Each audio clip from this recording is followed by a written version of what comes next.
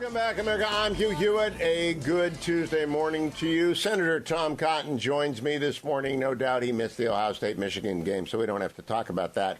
Senator Cotton, I do want to talk with you about Apple and Twitter. Elon Musk has said today that Apple is considering removing Twitter from the App Store. How does that strike you? How would you respond to that? Hugh, I think that would be a very ill-advised decision by Tim Cook and Apple. I understand that he may not care for Elon Musk. Maybe he's a little envious of Elon Musk's massive success as a businessman. But remove a widely used social media app from Apple's App Store simply because he has political disagreements with Elon Musk or the direction he's taking Twitter would simply be inviting aggressive legislative and regulatory action in Washington. Now, Senator, I note that you are a fairly frequent user of Twitter, as is your team over at the senator's office. Have you noticed any difference since Elon Musk took over? I have not. I haven't noticed a single thing different. No, Hugh, the only difference I've noticed is a bunch of liberals predicting that Twitter is about to collapse into frozen dysfunction any moment now. And I think that was maybe 2 weeks ago, and it was predicted to happen a few days later. So the predictions are increasingly wrong. Maybe they're proven right, but, I'd probably put my money on the guy that sends rockets to the moon. I put the guy in who can land the rockets back on the pad, actually. That's the thing that impresses me. Even better. Yeah, even better. So, Senator Cotton, in terms of what's going on, it's a moral panic among the left that they've lost control over a website that actually matters to the distribution of the news. That's all it is. But I do think I just am unaware of anything that has happened. And when I see that hate speech, et cetera, is up on Twitter, I don't know if it is or not, but it doesn't matter to users unless they go looking for that stuff. Hugh, this gets back to your point about the experience that most users have has not changed much. I guess if you're a liberal reporter trying to find obscure accounts that you can then highlight and hold up as representative of your political adversaries, you might find it. But for most people who use social media to follow news in their community or their favorite sports teams or what their favorite reporters are publishing on a day-to-day basis, again, I don't think the experience has changed at all. All right, I want to switch over to Georgia. I just talked to Ronna McDaniel. They've got 400 RNC staffers down there. Everybody is going to help out Herschel, but people need to know they got to vote early this week until Friday at 6 or next Tuesday. How important is a 50-50 Senate as opposed to a Democrat majority of 51-49, Tom Cotton?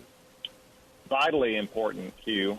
There's a lot of things that we can do in a 50-50 Senate to slow down, in some cases stop the most extreme elements of the Biden agenda along with the House majority, to stop the most extreme nominees. We've done that in a few cases, Hugh, where one Democratic senator balks either publicly or privately.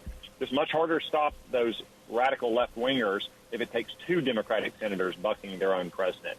But even more important, Hugh, than control of the United States Senate is who will represent the people of Georgia for the next 6 years. This is about being Georgia's voice, and Herschel Walker will be a voice for sanity, for stable prices and a strong growing economy, for tough-on-crime policies, for a secure border, and a proud, strong America in the world. We know what Raphael Warnock will do. He has been a radical left-wing ideologue and a rubber stamp for Joe Biden's agenda. So for the people of Georgia, this could not be a more pressing decision. Have you pieced together why Republicans are disappointed yet, Senator? Obviously, I was thinking we were going to pick up 25 seats in the House, and we only got 9. That's on top of 14 in the previous cycle, so it's a majority, and it's a good majority. It's what Nancy Pelosi had, and I'm not part of the Beltway media bad-mouthing a House majority.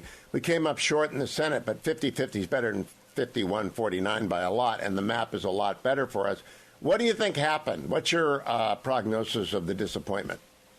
Well, Hugh, at a high level, it's fairly clear what happened. We lost races that we maybe should have won or we hoped to win, is that we did not do a good enough job of winning over independent and moderate or swing voters. That's very clear. In those races where we won big elections, like Ron DeSantis and Marco Rubio in Florida or Mike DeWine in Ohio,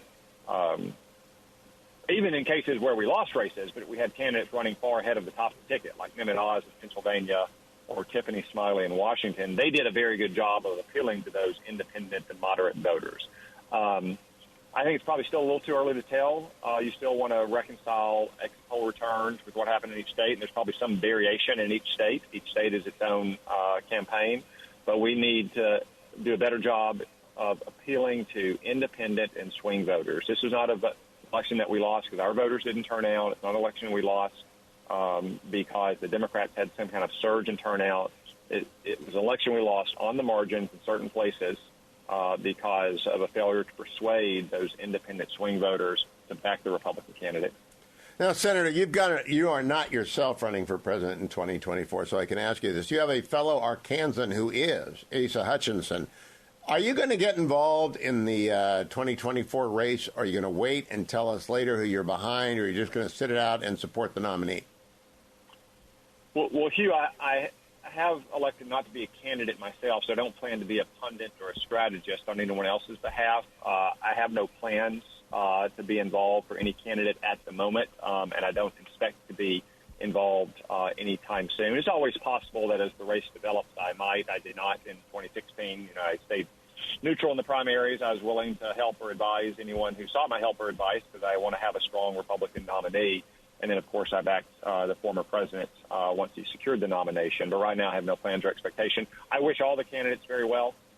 We have a lot of problems to solve, and I know that we're going to have a lot of strong candidates in the race trying to solve those problems for our voters. Now, J.D. Vance, after he won, put out a very interesting op-ed that the Republicans have a small donor disadvantage. Do you agree with that, and how do we remedy that if that's the case? Yeah, there's no doubt about that question. And J.D. Vance's essay was a very worthwhile read for anyone who wants to know what it's like to have been a candidate and struggled against this massive money machine. There are a lot of reasons for that, Hugh. One thing is the Democrats have just been at it for very long. Act Blue is the remnants of Howard Dean's 2004 presidential campaign. There's some technical reasons for it. I think there's some behavioral reasons about what our candidates and campaigns have done in recent years, but it's something that we really need to address. We have a lot of great voters, a lot of great supporters, people who will pitch in $5 or $10 if you ask them. But we've got to give them a compelling reason to do so. We need to give them the infrastructure, the technical infrastructure that makes it very easy and trustworthy to do so as well.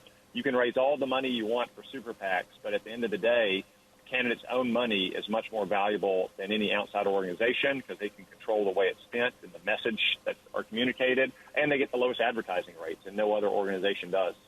That was the genuine reveal for me in J.D.'s essay. I did not realize that super PACs did not get the rate card that the candidates get. And in the radio business, we're very aware you have to offer your lowest rate to every candidate, but you don't have to offer your lower rate to the super PAC business, but I didn't know that. Sweeping generalization time, Senator. I have this morning, because it's Giving Tuesday, I have given, the Fetching Mrs. Hewitt and I have given, to Angel Tree, the banner of which is over at the top of HughHewitt.com, Semper Fi Fund, Fisher House, and the Gary Sinise Foundation. That's because I lost the Ohio State-Michigan bet to Larry, though I contribute to all three of those organizations as well. So we are in the giving mode on Giving Tuesday. But we also have a couple of churches to support, one on each coast. Do you think that maybe Democrats lead in small donors because a lot of the Republican small donors are tithing first? I think that's a real possibility, Hugh. I mean, regular churchgoers certainly tend to vote Republican, and they understandably put their own churches first before political giving, as I think is appropriate. It's also possible, Hugh, that just inflation bites our voters a little bit more than it does on Democratic voters, is that, our voters who are kind of normal, working class, two-parent families, struggle when inflation is at 8% year over year in a way that wealthy Democratic donors, and not just, Hollywood tycoons or Wall Street tycoons, but, a two-couple income in the Washington, D.C. area where one's a diversity consultant and one's a green energy lobbyist. They just don't have the same kind of pinch of inflation that a lot of our Republican supporters across the country have. Now, Senator, I want to close by talking to you about employee donations to midterm candidates by party. Netflix, 99.6% Democrat. Twitter, 98.7% Democrat. Airbnb, 97.8% Democrat. Apple, 97.5% Democrat. It goes on down. Finally, we get to Oracle. At the bottom of the list, it's only 66% Democrat, 33% Republican. To what do you attribute big tech's overwhelmingly Democratic bias?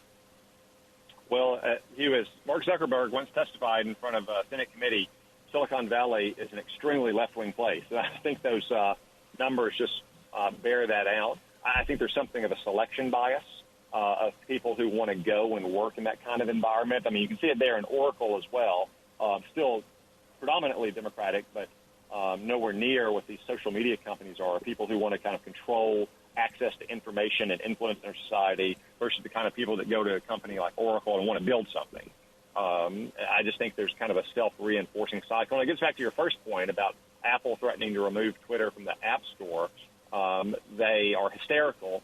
That's one of the main avenues for accessing information in our country may be in the hands of a political rival or just someone who actually believes in free speech or who believes in transparency and wants to reveal what happened with the Hunter Biden laptop story.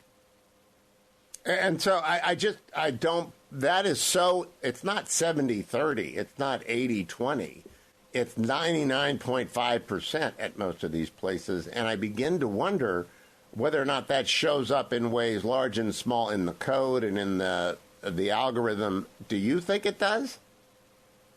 Oh, yeah, I don't think there's much question that it does, Hugh. And it also just kind of it perpetuates their worldview. You know, the old joke about the Harvard professor who couldn't believe that Richard Nixon won re-election because everyone she knew voted for George McGovern. Yeah. I'm kind of surprised that there's 0.5% of the employees at Netflix that would even dare contribute to a Republican for risk of being exposed and canceled and driven out of their job. Well, they might. They might do it below $100. If you're below $100, it doesn't get published. We'll see about that. Senator Cotton, thank you for joining me. We'll talk to you next week. By the way, do you expect there to be a CR for the entire year or for 1 month? Well, I hope there's not. We need the Democrats to actually take seriously defense funding. Even if there's not a full-year funding bill for the entire government, I think we should do that for the Department of Defense. Obviously, our common defense has to come as the first priority of the national government. From your lips to the Democratic ears. Thank you, Senator Tom Cotton.